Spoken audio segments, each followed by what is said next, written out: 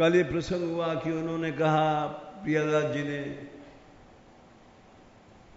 कि जैसे सुखदेव जी ने ब्रह्म भाव में जो स्थित थे अपने पिता व्यासदेव जी को वृक्षों में घुस करके उत्तर दिया, शुको हम शुको हम।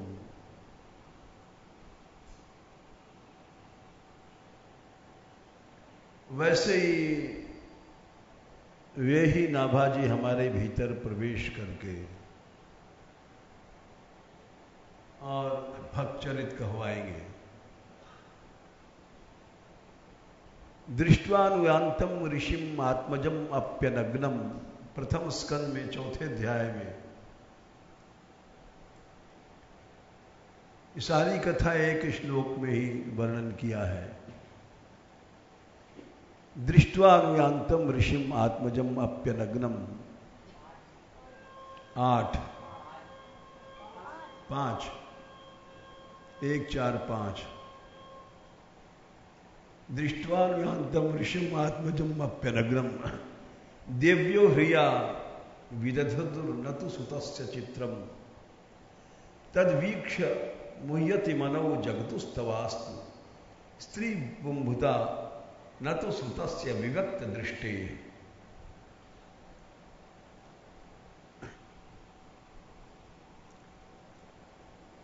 कल हम सुना रहे थे और थोड़े में ये बात रह गई थी कि वे जब सुखदेव जी जा रहे थे नग्न,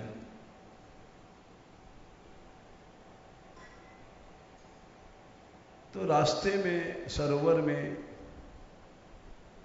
देवियां स्नान कर रही थी। युवती, और इनको देख करके उन्होंने कोई वस्त्र नहीं पहने।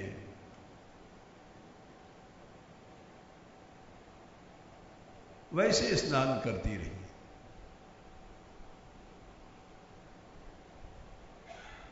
दृष्टवानुयांतम ऋषिम, पीछे से उनके सुखदेव जी के पीछे व्यास जी आ रहे थे। उनको देखते ही मान उन सब ने वस्त्र पहन लिए, जबकि वे बूढ़े थे। सुखदेव जी जवान थे। अप्यनग्नम, वे नग्न नहीं थे। ऋषि व्यास जी कपड़े पहन थे।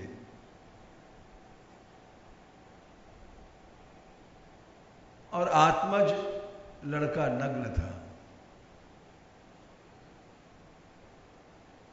देव्यो ह्रिया वदधतुर, लज्जा से व्यास जी को देख करके परिदधु मने वस्त्र पहन लिए। न तो सुतस्य, उनका जब लड़का सुखदेव गया तब वो ऐसे ही नंगी नहाती रही, वस्त्र नहीं पहने। इस बात को देख करके तद्वीक्ष पृच्छति मनो, व्यास जी ने पूछा कि तुम, हम तो बूढ़े हैं और हमारे लिए तुमने वस्त्र धारण किए, हमारा लड़का भी गया है, युवा है, उसके लिए तुमने वस्त्र नहीं पहने। जगदु मैंने उन्होंने उत्तर दिया, तवास्ति स्त्री पुंभदा, तुम्हारी दृष्टि में स्त्री पुरुष का भेद है। नस्तु सुतस्य, तुम्हारे लड़के की दृष्टि में स्त्री पुरुष का भेद नहीं है। विविक्त दृष्टि, ऐसी दृष्टि उनकी है, पवित्रतम दृष्टि।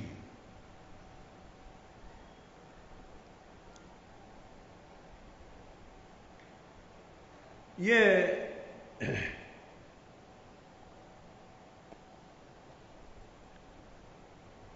ये अंतःकरण का चमत्कार है।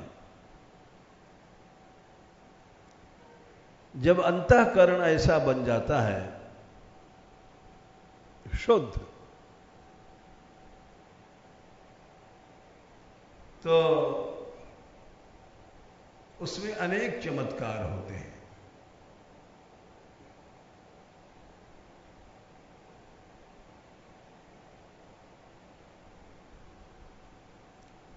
यहां तक लिखा है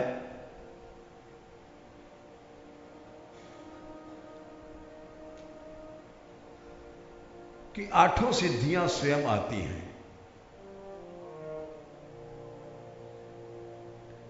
हमारे मन से अधिक काम हट जाए तो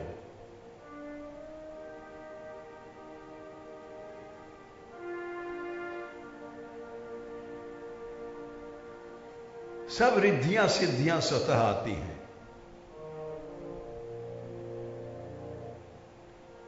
ऐसी विविक्त दृष्टि जब हो जाती है तो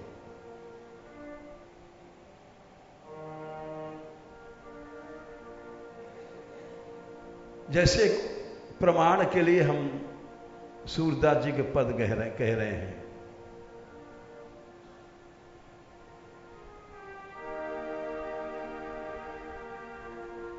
ऐसी दृष्टि मीरा जी की थी।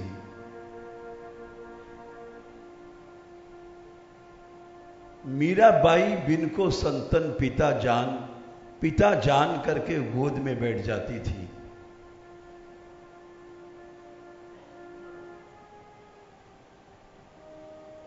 इसीलिए उनके अंतःकरण का चमत्कार था, विष अमृत बना।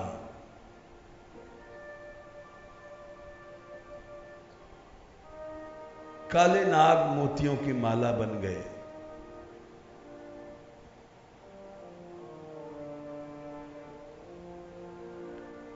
जब अंतःकरण इतना शुद्ध हो जाता है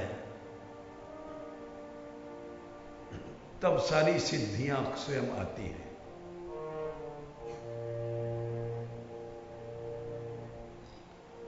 अंतःकरण हमारा गंदा है, इसलिए कुछ नहीं होता है। जैसे एक पद में लिखा है सूरदास जी ने,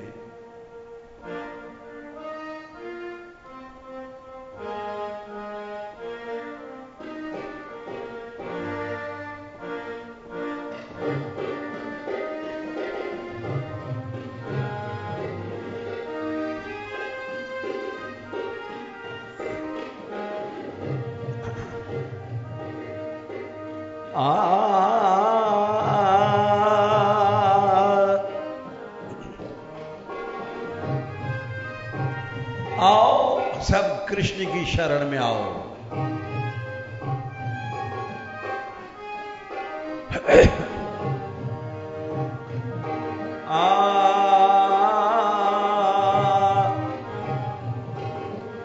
हरि की शरण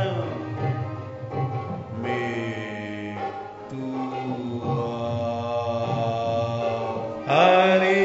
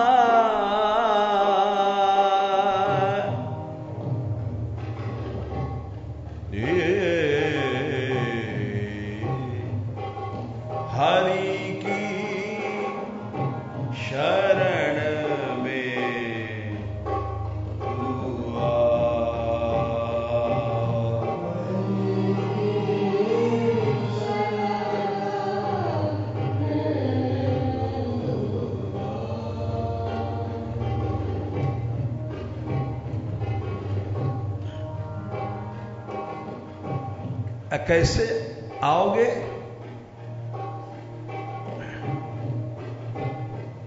काम क्रोध विषाद तृष्णा, काम क्रोध विषाद।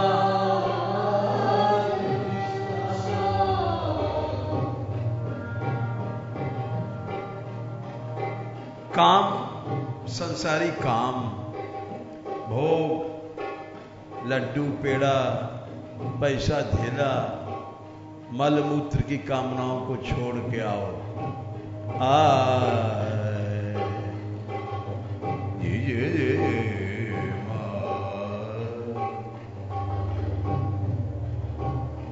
सच्चाई के साथ आओ भगवान की शरण में।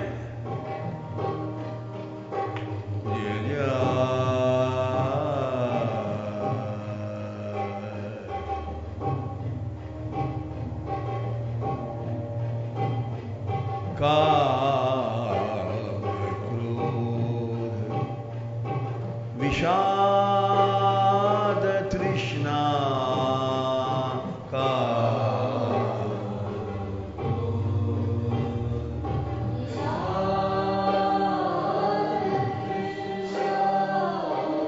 सकल जारी बहाओ, सकल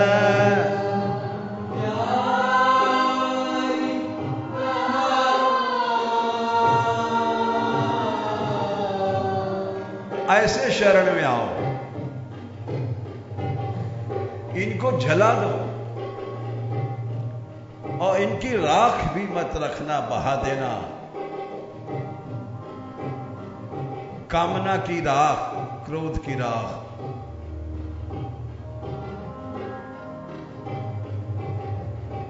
द्वेष की राख, विषाद, इसको जला दो और इसकी राख भी बहा दो। जैसे मुर्दा को जला के उसकी राख बहा देते हैं गंगा जी में, ऐसे ही जिस समय तुम्हारे हृदय से ये सब विषाद, क्रोध, काम चला जाएगा, उस समय तुम भगवान की शरण में माने जाओगे।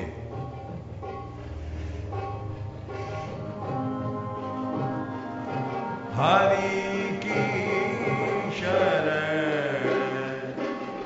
में तू आ,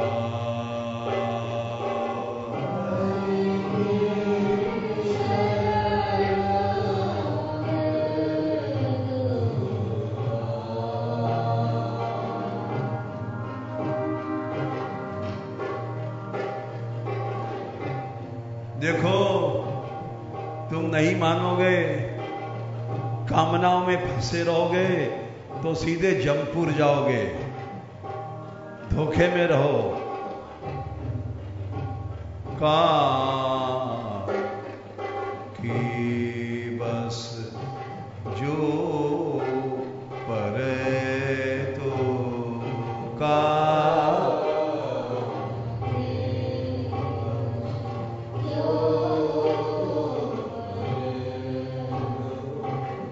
जमपुर ताको त्रास, जम ताको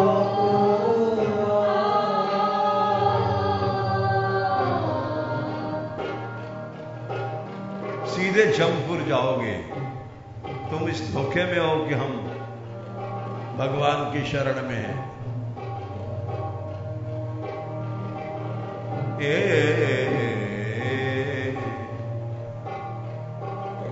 ताहि निस दिन जपत रही जो, ताहि निस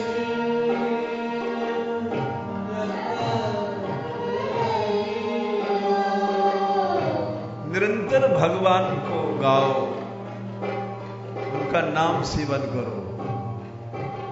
सकल जीव निवास सकल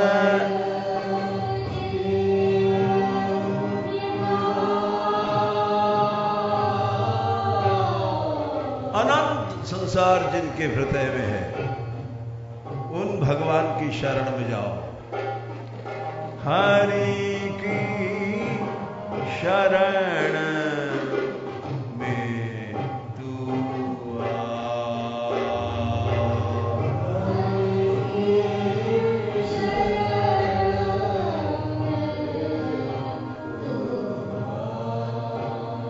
सच्चाई से आओ।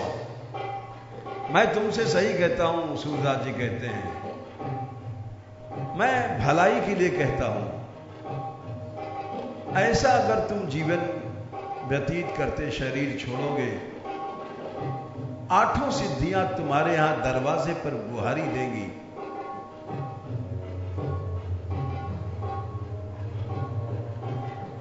हम लोगों को सच्चाई के साथ भगवान की शरण में चलना चाहिए।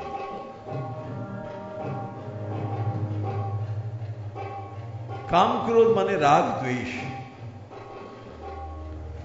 जो यहां आकर के भी द्वेष करता है, उसका विनाश होता है।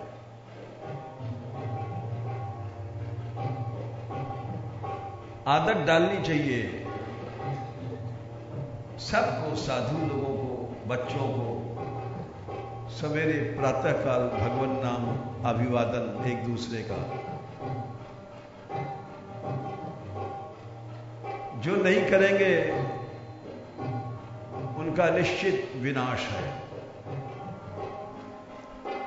वैष्णव को अभिनंदन नहीं करता है, वैष्णव अपराध लगता है। जो बच्चियां नित्य अभिनंदन करती हैं, निश्चय उनकी भक्ति बढ़ेगी।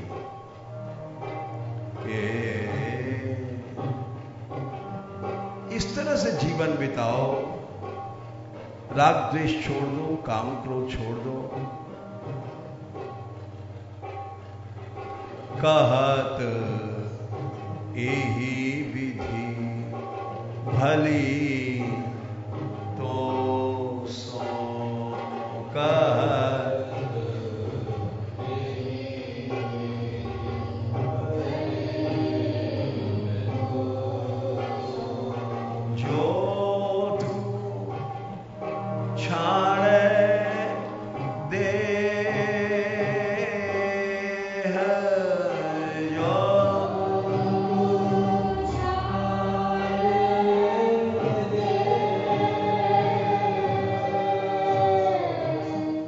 जब तक तुम्हारा शरीर है, इस नियम को पालन करना। इसका परिणाम यह होगा, सूर श्याम सहाय हुई है। सूर श्याम सहाय हुई है।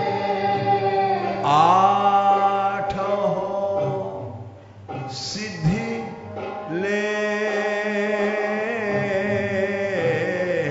आ।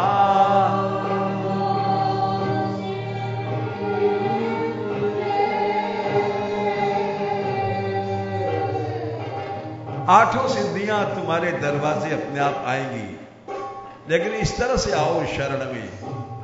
काम क्रोध राग द्वेष छोड़ करके। यहां नहीं करना द्वेष या कामनाएं, भोग संबंधी बातें। हरि की शरण में तू आ।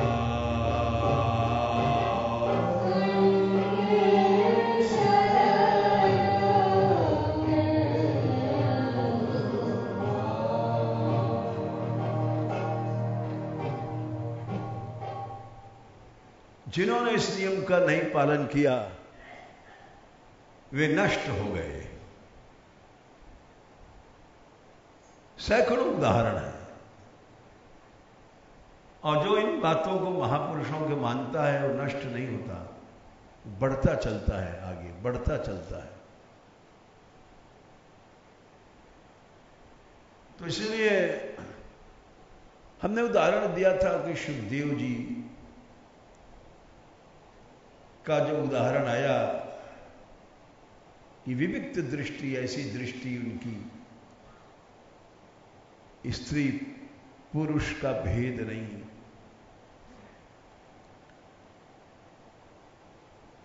जैसा कि मीरा जी के बारे में कहा, मीरा बाई बिन को संतन पिता जान और लावे, तो कितने चमत्कार उनके जीवन में आए।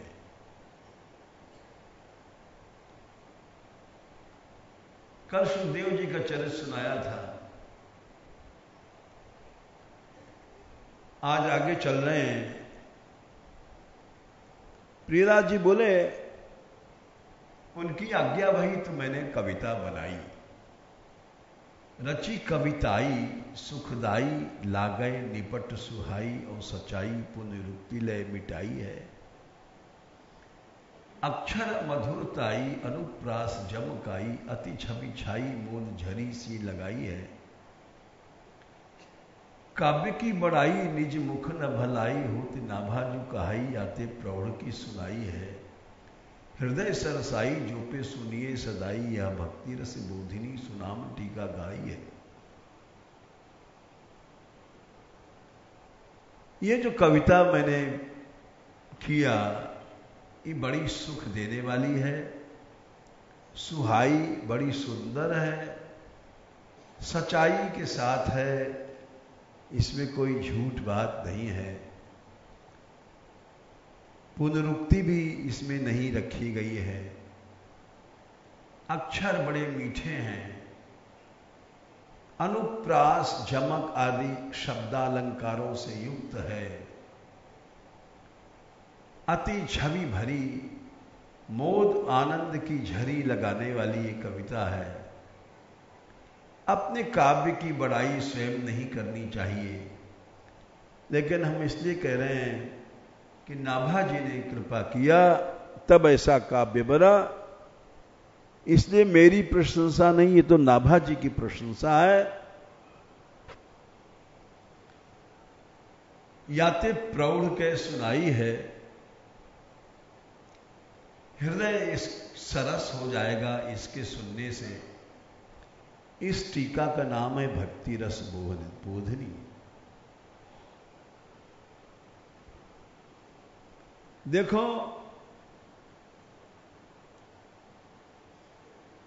कविता वही अच्छी है जिसमें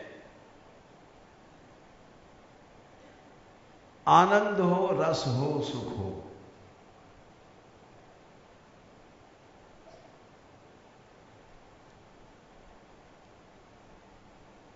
और जो सरल हो समझने में। एक उदाहरण देते हैं, छोटा सा दोहा है। भगवान राम ने जब धनुष तोड़ा तो सब लोग जय हो राघवेंद्र सरकार की, जय हो राघवेंद्र सरकार, सब जय बोल रहे।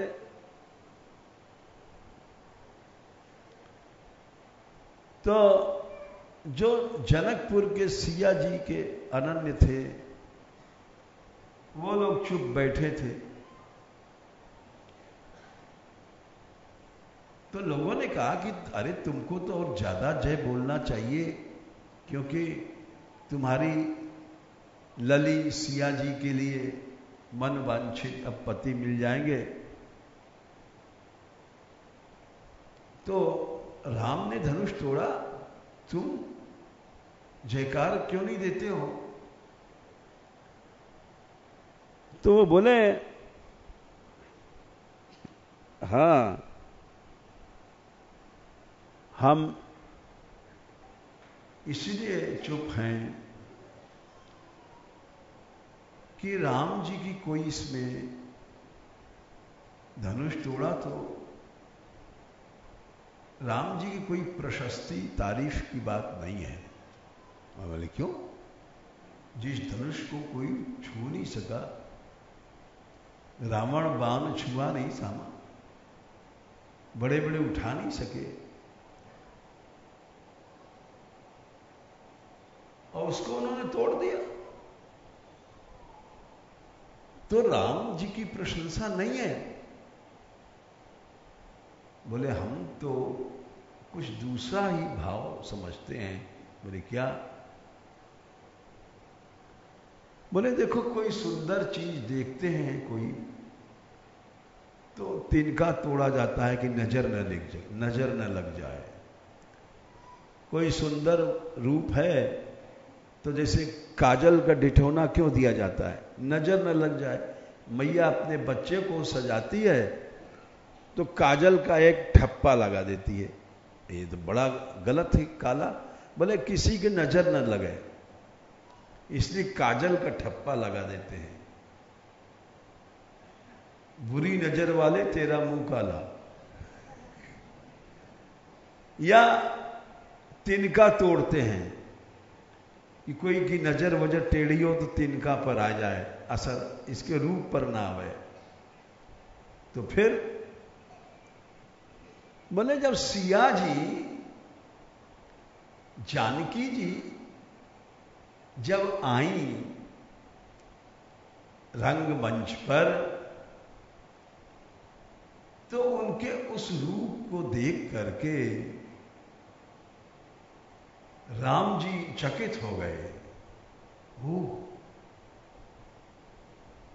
ऐसा रूप है। तो उन्होंने सोचा कि कहीं सिया जी को नजर न लग जाए, तो तिनका तोड़ना चाहिए। आगे बढ़े तो तिनका दिखाई नहीं पड़ा, धनुष दिखाई पड़ा। तो धनुष को कैसे तोड़ दिया कि सिया जी को नजर न लग जाए। तो इसमें प्रशंसा किसकी है? सिया जी के रूप की है। तो वो दोहा है कि पिय लख सिय की माधुरी, तिनका तोरन चाव, भोरे धनुष उठाए के, तोर्यो सहज स्वभाव।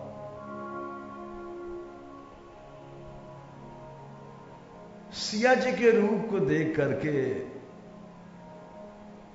राम प्रेम में उठे और तिनका तोड़ने के लिए धनुष दिखाई पड़ा। तो वो सिया जी के रूप के ही चमत्कारी थी। वो ना आती अगर रंगमंच पर तो ये धनुष न टूटता। इसलिए हम लोग चुप हैं। तुम लोग राम की जय जयकार बोल रहे हो, हम सीता जी की जय जयकार बोलेंगे तो तुम समझोगे पक्षपात है, इसलिए हम लोग चुप हैं। लेकिन जो कुछ चमत्कार है सिया जी के रूप का है ना, अब वो चुप रहे बेचारे, क्या बोले। क्योंकि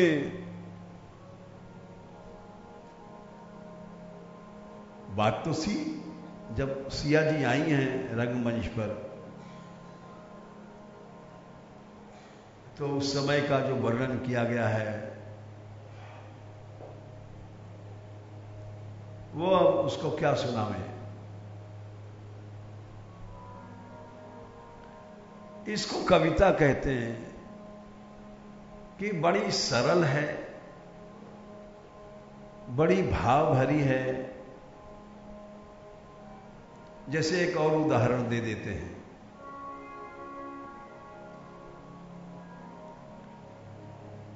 जयमाल लेकर के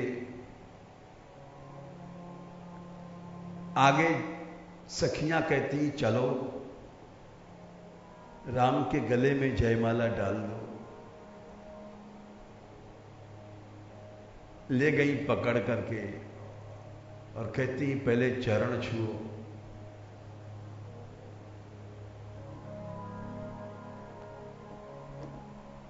सिया जी चरण नहीं छूती हैं।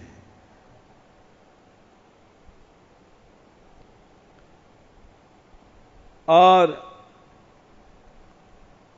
इस प्रसंग को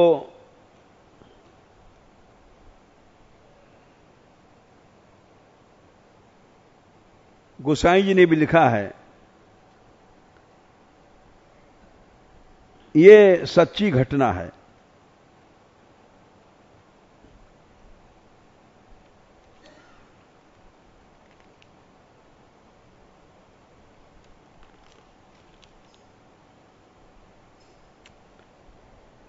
गौतम बालकांड में 265 दोहा में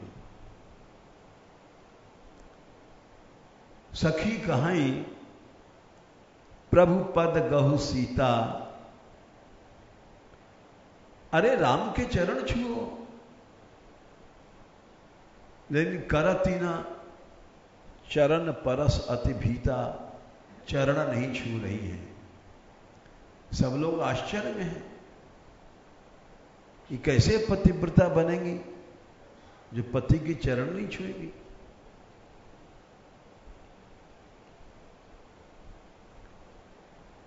तो उसको लिखते हैं गोसाई जी, गौतम तीय गति सुरति कर, नहीं परसति पग पान, मन बिहसे रघुवंश मणि, प्रीति अलौकिक जान। वो राम के चरण नहीं छू रही हैं।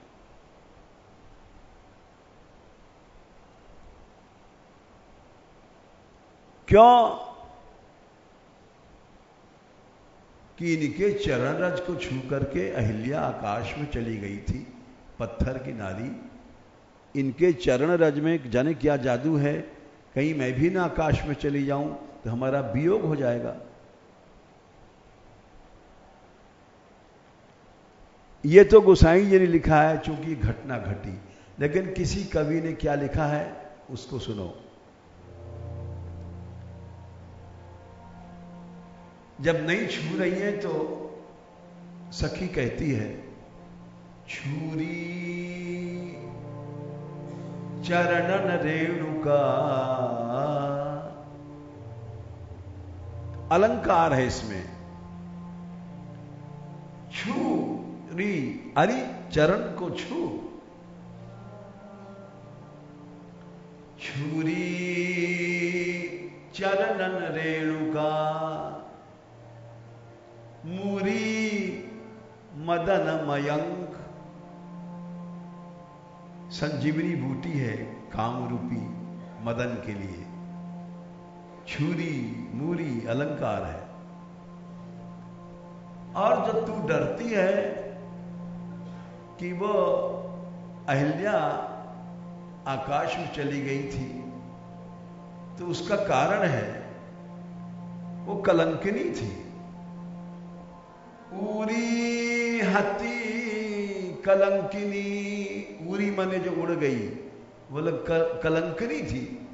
और तू तूरी है निकलंक, तेरे ऊपर कोई कलंक नहीं है, इसलिए तू डर मत कि मैं आकाश में उड़ जाऊंगी। ये भी कविता है, अलंकारों से युक्त है, भावों से युक्त है, समझने में सरल है। छुरी चरणन रेणुका, मूरी मदन मयंक, उरी हति कलंकिनी, दूरी है निकलंक। तो कविता ऐसी होनी चाहिए जो सुहाई हो,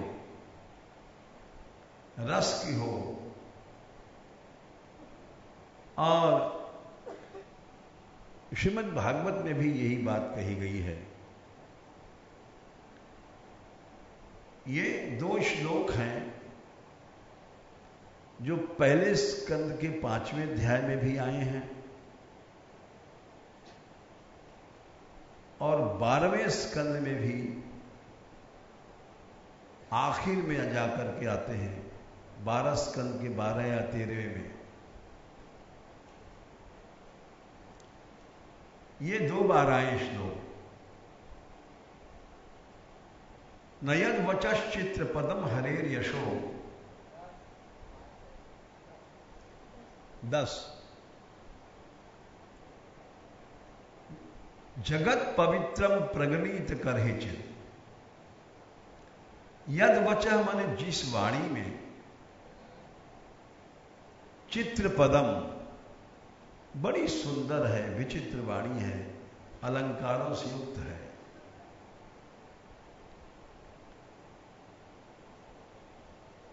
एक 5 10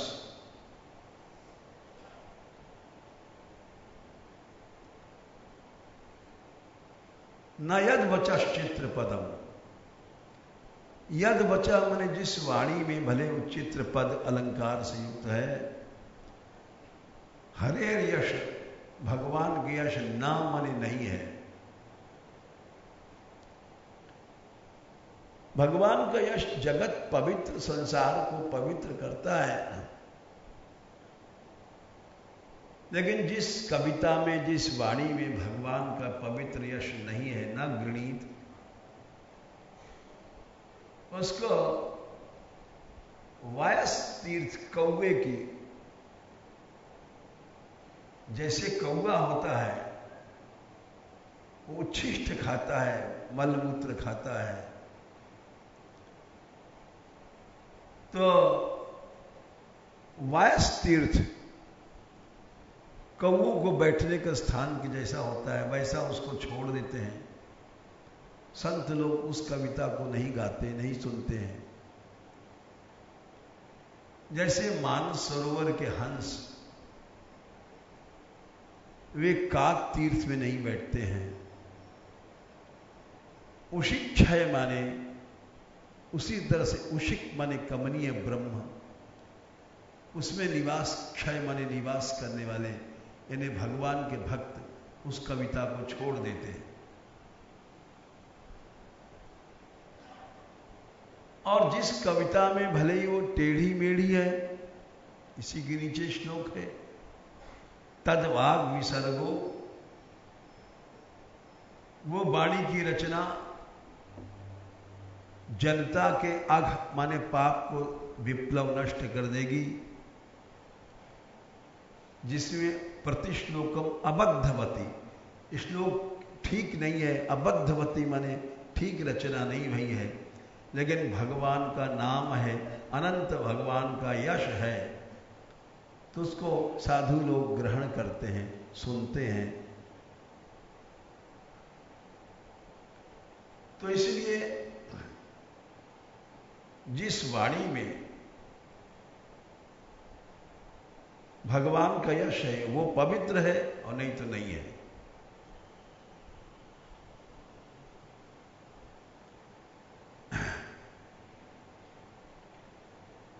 जैसे किसी स्त्री को भले गहने पहना दो, लेकिन वो नग्न है, नंगी है, तो शोभा नहीं होती। वैसे विधु बदनी सब भांति सवारी, सोह न बसन बिना बर नारी।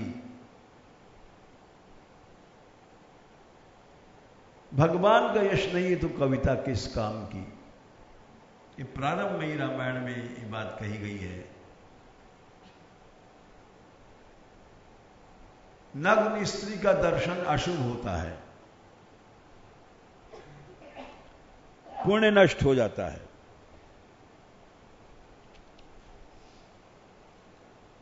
इसीलिए रात्रि में ही लिखा गया है मनुष्य को स्त्री के पास जाना चाहिए। दिवा न स्वपीत, शास्त्र कहता है।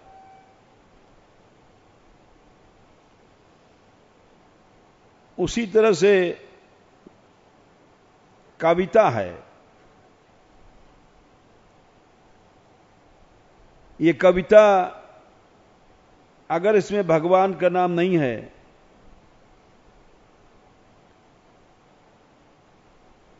तो वो नग्न स्त्री की तरह अशुभ है।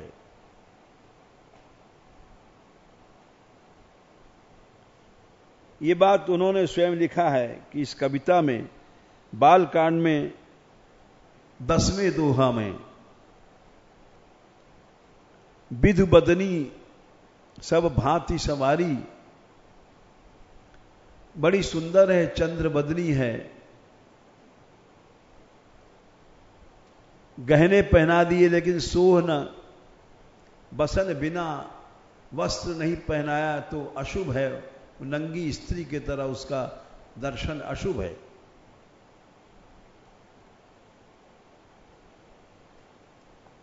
जैसे भगवान श्री कृष्ण गए थे लड़ने, बाणासुर, भागवत में कथा आती है, ये कि बाणासुर से भगवान युद्ध करने गए अनिरुद्ध के प्रसंग में।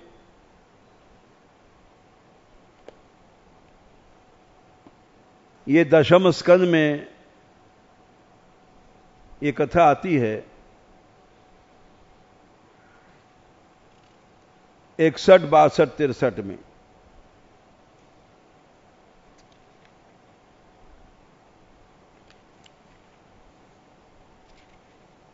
वहां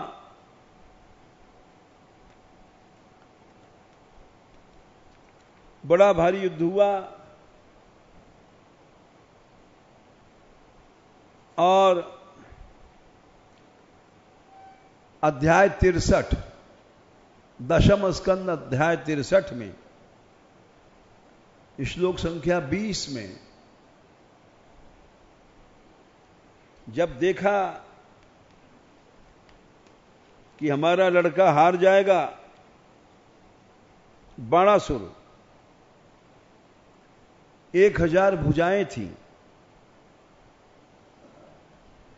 एक साथ 500 धनुष से लड़ता था,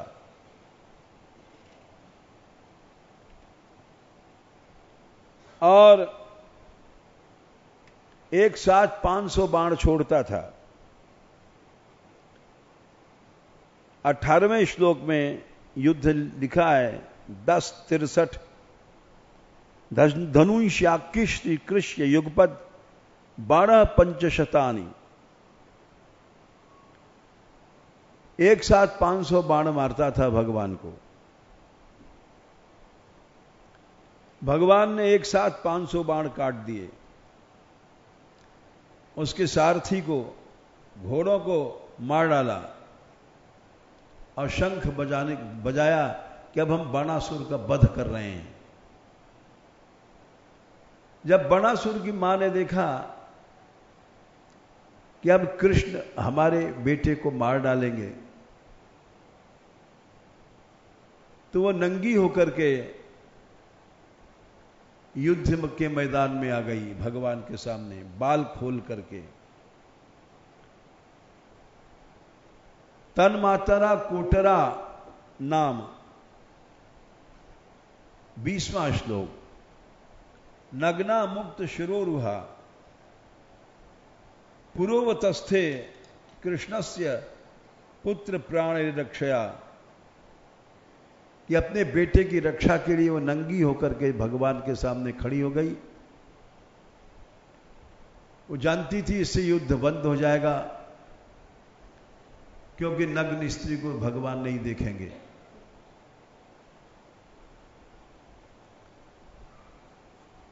भगवान पूर्ण संयम का आदर्श पालन करते हैं। सब प्रकार की लीला करते हैं।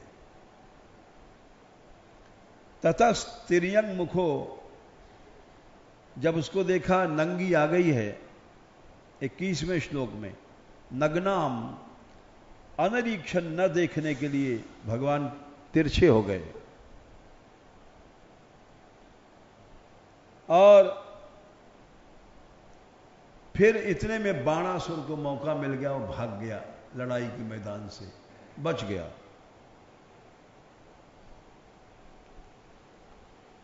तो हमने एक प्रमाण दिया कि ये जो गोसाई जी ने भी कहा था विधु बदनी सब भांति सवारी, सोन बसन बिना वर नारी। जो उन्होंने लिखा है कि जैसे नग्न स्त्री का दर्शन अशुभ है, वैसे जिस कविता में भगवान का यश नहीं है वो कोई काम की नहीं है।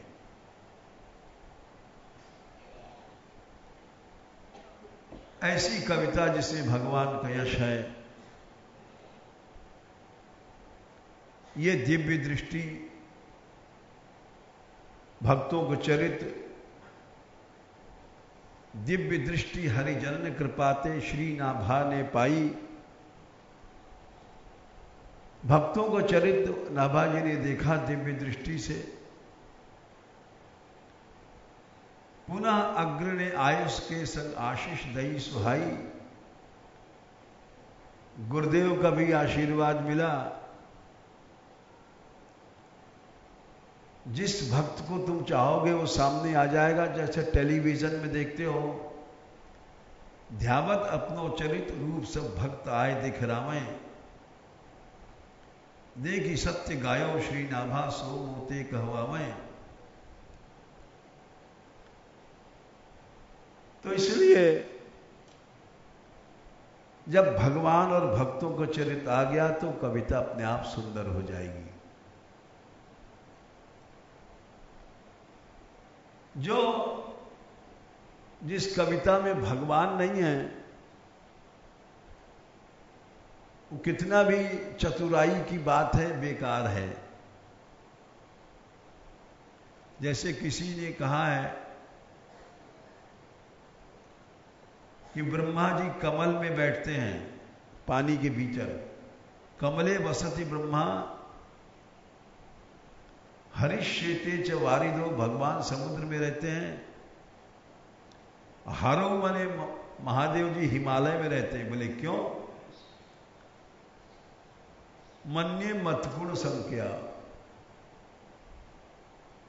एक खटमल होता है, सब शायद जानते नहीं होंगे, खाट के भीतर होता है, खटमल कहते हैं। वो खून पीता है। जिस खाट में खटमल हो जाते हैं उसको कितनों उपाय करो दूर नहीं होते हैं खटमल। वो छिपे रहते हैं उसके छेदों में। और जब आदमी सोता है तो रात को निकल के खूब खून पीते हैं और फिर छिप जाते हैं। उसको मतकुण संस्कृत में खटमल कहते हैं। तो बोले ब्रह्मा जी कमल में क्यों रहते हैं कि वहां खटमल न पहुंच जाए। भगवान क्षीर समुद्र में क्यों सोते हैं? बोले खटमल न पहुंच जाए, वहां नींद खराब हो जाएगी। महादेव जी बर्फ में हिमालय में क्यों रहते हैं? बोले खटमल न पहुंच जाए। तो ये भी कविता है, लेकिन ये इससे कोई कल्याण नहीं है, परिहास की कविता है। इसको भक्त लोग स्वीकार नहीं करते। अथवा जो प्राकृत स्त्रियों के रूप का वर्णन करते हैं, भगवान का यश नहीं गाते हैं, उसको भी कविता कविता नहीं कहते। जैसे मांस ही की ग्रंथि कुछ कंचन कलश कहें। किसी स्त्री के स्तन हैं, स्तन में सैकड़ों गांठें होती भीतर, मांस की तमाम गांठें होती। गांठें ऊपर से एक चमड़ा लगा दिया गया है, लेकिन अगर स्तन के भीतर कोई देखे तो घृणा आ जाएगी। गांठें गांठ गांठ गांठ होती हैं। तो बोले देखो ये कवि लोग कैसे मूर्ख हैं। मांस ही की ग्रंथि कुछ कंचन, उसको कहते हैं सोने के कलश। स्तन है कि सोने का कलशा है। मुख कहे चंद्रसो, कहते हैं चंद्र बदनी है, इसका मुंह चंद्रमा है। चंद्रमा में तो अमृत होता है, और थूकेगी तो क्या निकलेगा? कफ। तो मुख कहे चंद्रसो, जो कफ ही को घर है। ये कविता क्या कल्याण करेगी? बेभुज कमल नाल, और स्त्री की भुजाओं को कहते हैं कमल की नाल। जैसे कमल का फूल नाल में होता है, झूमता रहता है, वैसे इस भुजाओं को कमल की नाल कहते हैं। नाभि कूप कहें ताहि, ये नाभि को रस का कुआं कहते हैं। ये विकारों का कुआं है, इसमें केवल गंदगी गंदगी है। हमें इसलिए पता पड़ा कि एक सज्जन अमेरिका से आए, वहां विचित्र ढंग से कान का मैल निकालते हैं और नाभि का। वो एक सलाई सी होती है, उसमें आग लगा देते हैं ऊपर और उसको कान में दे देते हैं तो सब मैल निकल जाता है। नाभि में दे देते हैं तो नाभि का मैल निकल आता है। उन्होंने दिखाया हमको, कान का मैल दूर किया।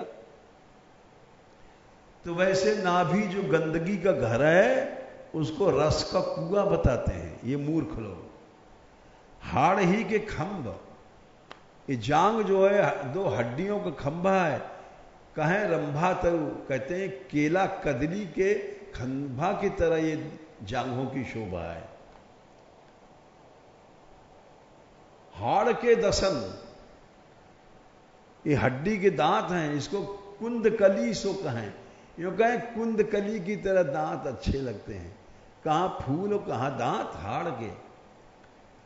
और चाम के अधर, ओठ को कहें बिंबा फरू है, बिंबा फल की तरह लाल लाल ओठ कैसे अच्छे हैं।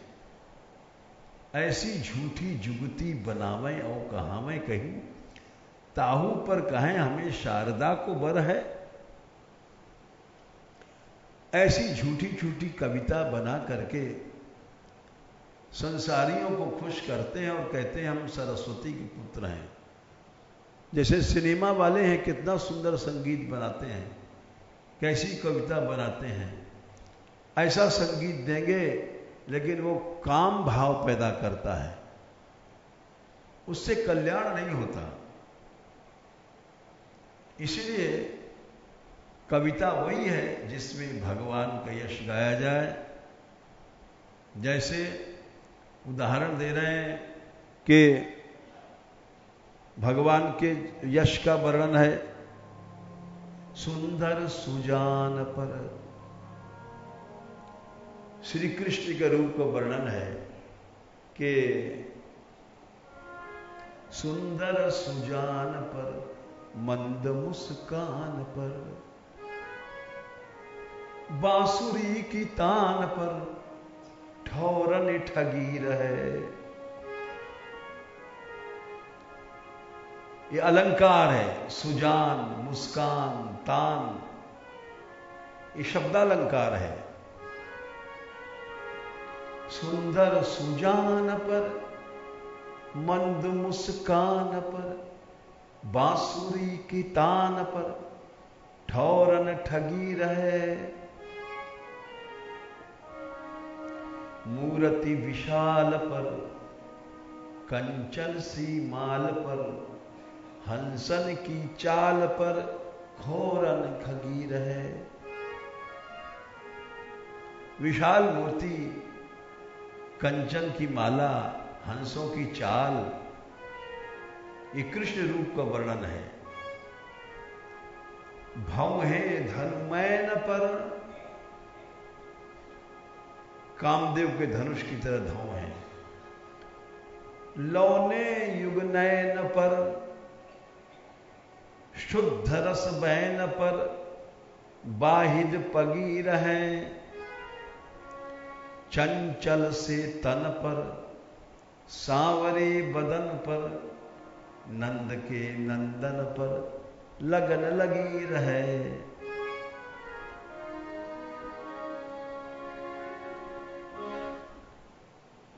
तो कविता वो है जिसमें भगवान का यश हो। और बाकी कितनी भी सुंदर कविता है, वो कौवे का तीर्थ है, उसको छोड़ देना चाहिए। ये उन्होंने बताया पुनरुक्ति दोष क्या है ये कल बताएंगे।